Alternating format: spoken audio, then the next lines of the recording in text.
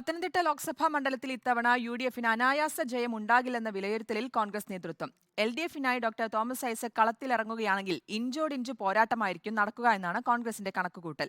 പത്തനംതിട്ട ചുവന്നു എന്ന എം.വി. ഗോവിന്ദന്റെ പ്രസ്താവനയ്ക്ക് കൊടിയിൽ മാത്രമാണ് ചുവപ്പ് എന്ന മറുപടിയുമായി ഡിസിസി പ്രസിഡന്റ് സതീഷ് കൊച്ചുപറമ്പിലും രംഗത്തെത്തി.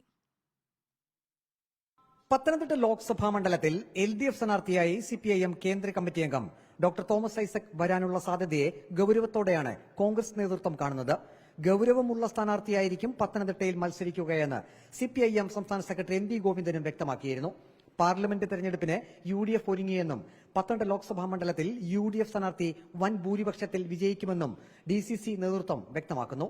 പത്തനംതിട്ട ചുമന്നു എന്ന സിപിഐഎം സംസ്ഥാന സെക്രട്ടറി എം.വി. ഗോവിന്ദന്റെ പ്രസ്താവനയ്ക്ക് ഡിസിസി പ്രസിഡന്റ് സതീഷ് കൊച്ചുപറമ്പിൽ മറുപടിയും നൽകി. പത്തനംതിട്ട കൊടി കൊണ്ട് ചുമന്നു, അല്ലാതെ വേറെ ചുമന്നിട്ടില്ല.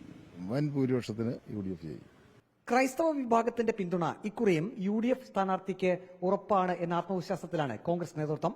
എൻഡിഎ സ്ഥാനാർത്ഥിയായി പരിഗണിക്കപ്പെടുന്ന പി.സി. ജോർജും ക്രൈസ്തവ വിഭാഗത്തിന്റെ പിന്തുണ എൻഡിഎക്ക് ലഭിക്കുമെന്ന അവകാശവാദവുമായി രംഗത്തെത്തിയിരുന്നു. മാർത്തോമ സഭാധ്യക്ഷൻ ഡോക്ടർ തിയഡോഷ്യസ് മാർത്തോമ മെത്രാപ്പോലിത്തയുടെ 75ാം ജന്മദിനാഘോഷത്തിൽ പങ്കെടുക്കാൻ മുഖ്യമന്ത്രി പിണറായി വിജയൻ തിരുവല്ലയിൽ എത്തിയിരുന്നു. മണ്ഡലത്തിലെ ക്രൈസ്തവ വിഭാഗത്തിന്റെ വോട്ടുകൾ നേടാനുള്ള ശ്രമം സിപിഐഎം നേതൃത്വവും ആരംഭിച്ചു കഴിഞ്ഞു. Reporter Praveen Purushothaman, in reporter, Pathanamthitta.